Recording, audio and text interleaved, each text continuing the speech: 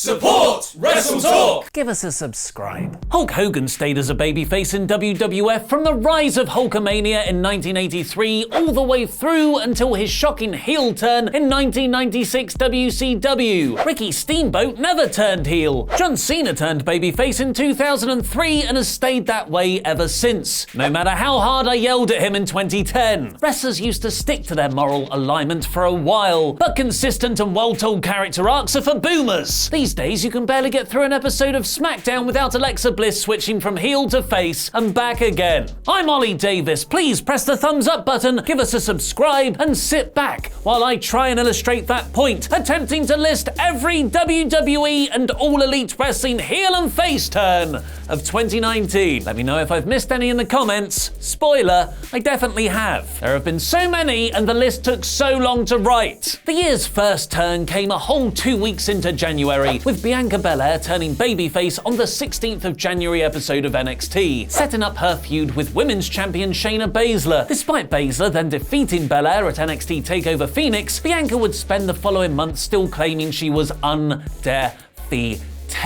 which isn't that babyfacey. Just 5 days after, delusional heel jobber Curt Hawkins managed to lose so much he became an underdog babyface, cementing his term by reuniting with former partner Zack Ryder. The two would win the Raw Tag Team Championships from the Revival at WrestleMania 35, ending Hawkins' losing streak. No explanation for this one. Elias just went back to his old ways of insulting the crowd when he began the Royal Rumble at number 1. He doubled down by attacking Double J, Jeff Jarrett, with his guitar in the match, and continued from there. The Royal Rumble is a place where multiple turns can happen in one night, so Dolph Ziggler got in on the act too, turning face by eliminating his former heel tag team partner Drew McIntyre. The next time we saw Ziggler, all the way in May, he was a heel again, attacking Kofi Kingston on SmackDown. After the babyface success of Rusev Day, WWE decided to turn Rusev and Lana heel by attacking R-Truth, then forming a makeshift team with former rival Shinsuke Nakamura, before taking the summer off and returning with Rusev as a face, and Lana as a heel sleeping with Bobby Lashley, so at least she didn't turn. Dana Brooke randomly turned heel attacking Natalya in February, pretty much just so she could then lose to babyface Ronda Rousey. Nikki Cross turned heel the same night by teaming with fellow heel Alicia Fox, inexplicably and without explanation. Dean Ambrose turned heel the same night Roman Reigns revealed he was suffering from leukemia, a character change so well received, he turned face again just a few months later, siding with Seth Rollins following a weird feud with Nia Jax and EC3 in February. Yep, that really did happen this year. Ambrose remained a face until he left WWE at the end of April to start working at a t-shirt company.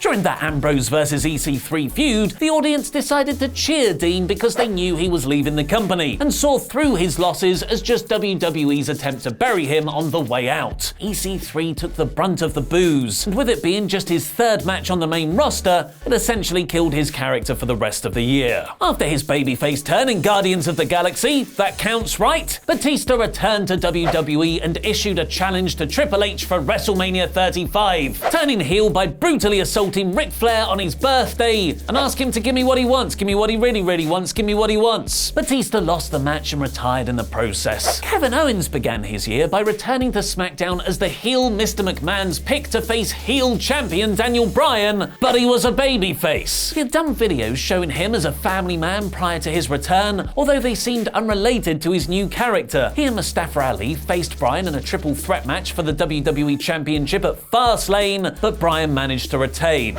Bobby Roode and Chad Gable's team turned heel by attacking the Revival, and Ricochet and Aleister Black joined a Raw Tag Team Championship match on Raw. Roode and Gable were upset that they hadn't received their rematch for the titles yet, and they took it out on the other teams. After her almost year-long wrestling career by March, Ronda Rousey decided she'd had enough of the cheers, brutally attacking Becky Lynch on March 4th ahead of their triple threat match at WrestleMania 35, and then started saying in interviews and on WWE TV itself that wrestling was fake. The best in the world, Shane McMahon, turned on The Miz following their tag team title loss at Fastlane, and he beat up The Miz's dad for good measure. Shane won their feud with a Falls Count Anywhere match of the decade contender at WrestleMania 35, and stayed a heel until being fired by Kevin Owens on SmackDown in October. Noam Dar turned heel during his jump from 205 Live to NXT UK. After being consumed by hate in one of the best wrestling long-term feuds ever, Johnny Gargano turned face once again by attacking attacking Tommaso Ciampa, revealing his true hatred of his former partner and rival. Unfortunately, their big blow-off match at NXT TakeOver New York never took place due to Ciampa undergoing neck surgery.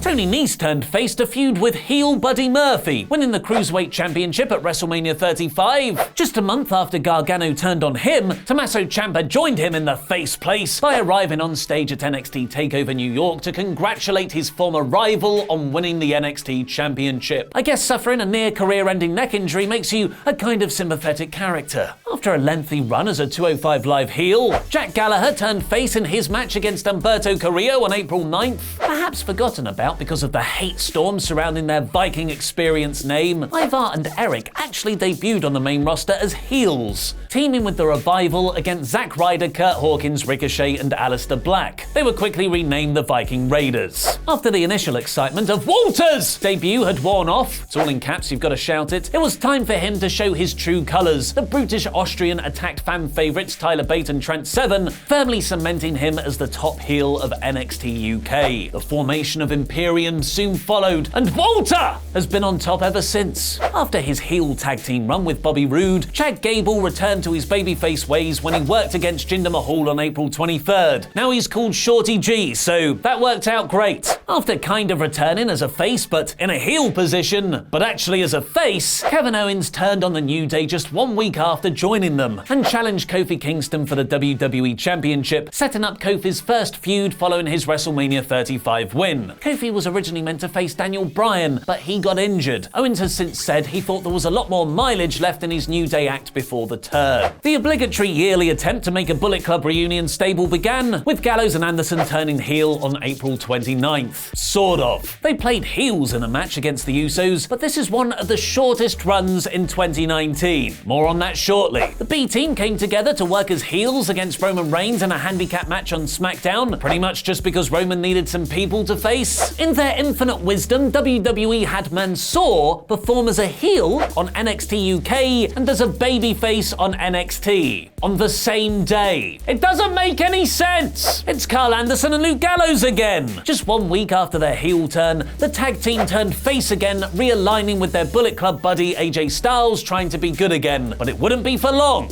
It's Noam Dar again! Barely 2 months after turning heel in NXT UK, he turned face on May the 7th by working against heel Araya Daivari. It's Dolph Ziggler again! After his one-night babyface spot in the Royal Rumble match in January, Ziggler returned to SmackDown to attack WWE Champion Kofi Kingston as a heel because it should have been him! By which he means Kingston needed a heel challenger because KO reportedly wouldn't go to Saudi Arabia. Turns are harder to quantify in AEW as the roles of the wrestlers are more fluid than in WWE, but even then Cody was definitely positioned as a babyface figure in the launch of the promotion, making it weird that he worked heel against his brother Dustin Rhodes. Following his win at Double or Nothing, Cody then turned babyface again, cutting an emotional promo ending in an embrace between the two brothers. Since then, Cody has been a babyface through and through. In one of the most important and best turns of the year, Io Shirai grew frustrated over not being able to defeat Shayna Baszler, and that boiled over into attacking her ally Candice LeRae, becoming one of the best heels in all of WWE. In one of the most dangerous turns of the year, however, former WWE star Ty Dillinger, now called Shawn Spears, attacked his longtime friend Cody at AEW's Fyter Fest with a botched chair shot to the head, cutting Rhodes open hard way. It's Gallows and Anderson again, this time with bonus AJ Styles. After losing his United States Championship to Ricochet, AJ reformed the club as a heel faction to feud with hashtag 3-week pushes in Ricochet, Cedric Alexander, and Humberto Carrillo. It's Kevin Owens again! Barely 3 months after turning heel, KO turned for the third and final time on July 2nd, attacking heel Dolph Ziggler. Owens would remain a babyface for the rest of the year, feuding with Shane McMahon and Seth Rollins. Brandi Rhodes set herself up in AEW as a babyface in a video segment on Road to Fight for the Fallen, where she talked up wanting to prove herself to those around her, making it weird that she worked as a total heel against Ali at Fight for the Fallen, where she won the match with Awesome Kong's help. Bray Wyatt's return to WWE in 2019 resulted in one of the most unique characters in recent memory. The Firefly Funhouse segments built up Wyatt's new character, and on July 15th, The Fiend debuted by attacking Finn Balor. Balor was a babyface at the time, which positioned The Fiend esteemed character as a heel, although Bray is so cool he gets cheered like one of the top faces in the company.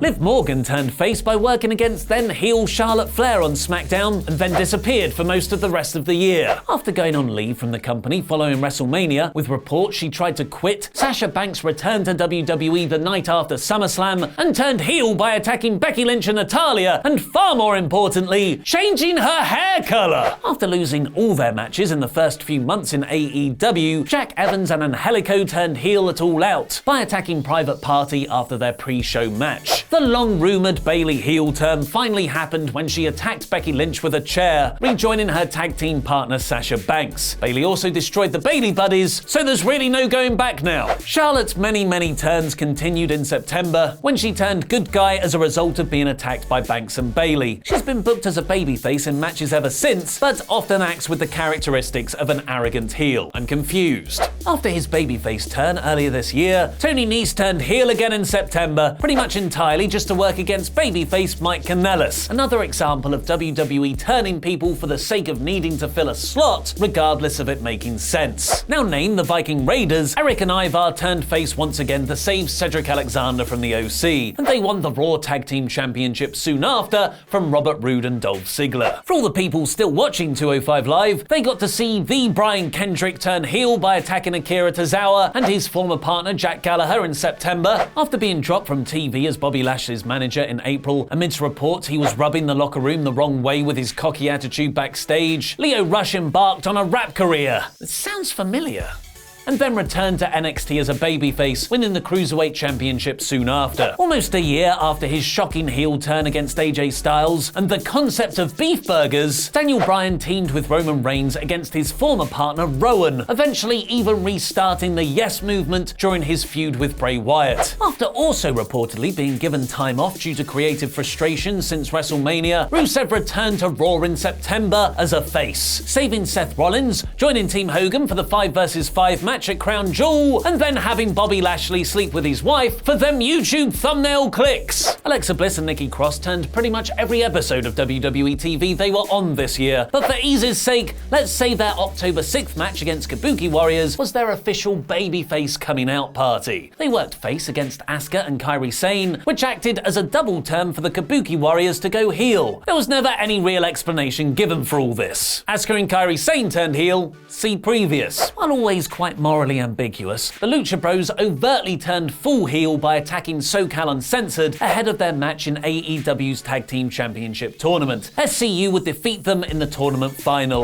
The Prince is back. That was the explanation Finn Balor gave after turning heel on NXT, attacking Johnny Gargano during a standoff with the Undisputed Era. This is the first time Balor worked heel in WWE, an amazing fact considering it was his heel Bullet Club act that really made his name outside the company. Kip Sabian turned heel on an episode of AEW Dark, venting his frustrations about not being used on Dynamite. He solidified the turn by teaming with heels Angelico and Jack Evans to face babyfaces The Elite the following week. Because Shayna Baszler had beaten pretty much everyone several times already, NXT needed a new babyface challenger, and it came in the form of NXT UK's former top heel Rhea Ripley. She fully turned face by saving Candice LeRae from an Io Shirai beatdown on October 30th. Penelope Ford, the former girlfriend of Joey Janela, found herself a new man in real life and heelishly on screen in new boyfriend Kip Sabian. Despite already being one of the best heels in wrestling, MJF somehow managed to turn even more heel by costing his best friend Cody the AEW World Championship at Full Gear. MJF threw in the towel for Cody while he was trapped in the Lion Tamer and kicked him in the balls afterwards for good measure. Because NXT finds itself awkwardly needing War Games teams to face Undisputed Era every November, heel Dominic Dijakovic turned face to help Tommaso Ciampa and his frenemy foe Keith Lee. Dakota Kai, meanwhile, waited until the actual War Games match itself, brutally beating down her former former best friend Tegan Nox, who had only just returned from injury.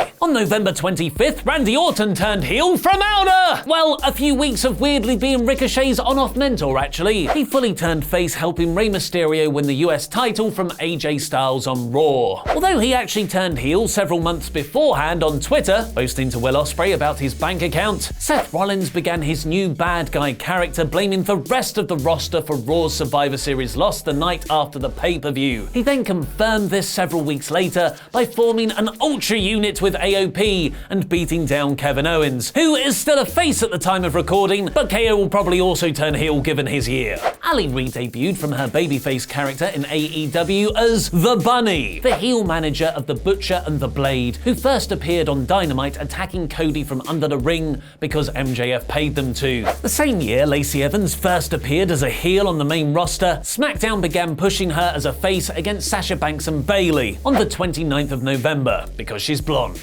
And on that same episode, Elias returned from injury as a babyface to sing a joke song about Drake Maverick trying to sleep with Dana Brooke. Congratulations to Kevin Owens, Luke Gallows and Carl Anderson, who all managed 3 turns this year. I'm not sure that's something to be proud of. Who do you think had the best turn this year? For me, it's that great Finn Balor attack on Johnny Gargano. Let us know in the comments, because we'll be replying from out of nowhere.